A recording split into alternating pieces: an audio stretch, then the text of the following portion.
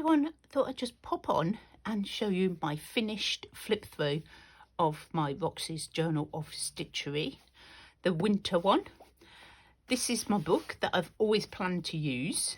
I've completely left it original. I haven't done anything to it. I just think it's just such a cool book, and I'm just going to leave it. It's going to be on the shelf like that. It's so cool. And I love how it's turned out. I've put a bit of lace in some of them and I'll just show you through it. Okay, so I did have to add like 3 pages, and my pages are not perfect. They are not sewn in perfectly. They are not all the same size. They don't fit on my backing. But you know what? It's not the point. The point is that we had so much fun making it that I just think it's awesome, like reminder and somewhere to keep all my bits, and I just love it. So what did I do? I first of all covered the book in this sort of Christmassy paper because it was the same sort of colour as this, which was what I was planning to do all the way through, stick to a colour scheme. That didn't work, did it? It didn't work at all. So I did this, and let me just show you how I put my pages together in the end. I did do a video on how I was going to do it. So I turned each block into sort of these pages, and then sewed the 2 onto each side like that, if you see what I mean. And I did that with each signature.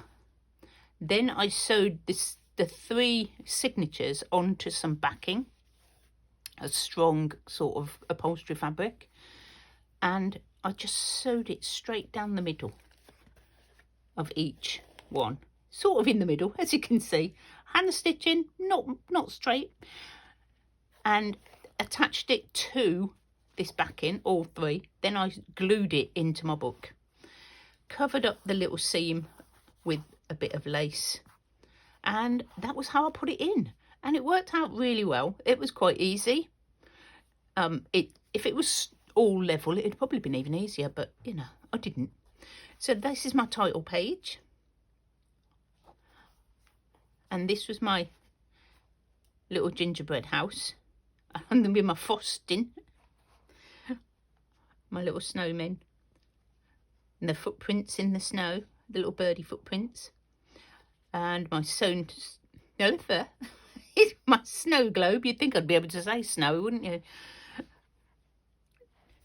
So, yep, I'm going to lift it up just a bit. So I had my little reindeer and my little tufts of snow. I like how that turned out. We made a tab, and I've popped that on there. So on this page is one of my new pages I had to make, and I decided to do a snowman, and I'm so glad I did. I think he's so cute. This is just, I did felt for his body and his face and his nose. Then I got some fabric and made him a little top hat and some buttons, and just sewn a mouth, added a scarf, and I think that one turned out really cool. I like that. Nice and simple, but really nice. I like it. This is my little village. I did love making them little houses. A lot of stitching in the background of that one. So this one was my little bird with his yo-yo tail. That was fun. That just worked, as it just came together really well. Here's another one of my new pages I had to make, and I found some of this fringing, and I don't know what I was thinking, but this is my snowflake page. So I've got some doilies and put them on as snowflakes. Yeah, I know, bit crazy this page, but I've done buttons underneath here and a little tuft. I don't know why, I just thought it would look really sweet. I like it, very touchy. Oh, another one of my new pages is this one. I've still got threads everywhere. So I made a belly band because that was one of the prompts. And I just did a little collage on, I did the page, did some collaging, did some stitching on my collage and then put the belly band over. And this was the tag we made right at the start, and it's just out of some fabric that I was gifted in Happy Mail. So my reindeer that I didn't use, there he is. This was the wreath prompt. Love that one with my loopy fabric. I thought, this is why I thought I was never going to get everything in this book. My Christmas tree with its little baubles, bead baubles and dangles. And my take on the Nutcracker, which was the Sugar Plum Fairy. And again, just built her up out of felt and scraps of lace and voile and some stitching. I did a lot of canvas stitching on the background. And on my final page is my forest page with my mushrooms.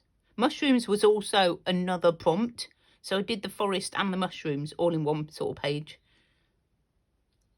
And I made a pocket here and just put some flowers and things on it.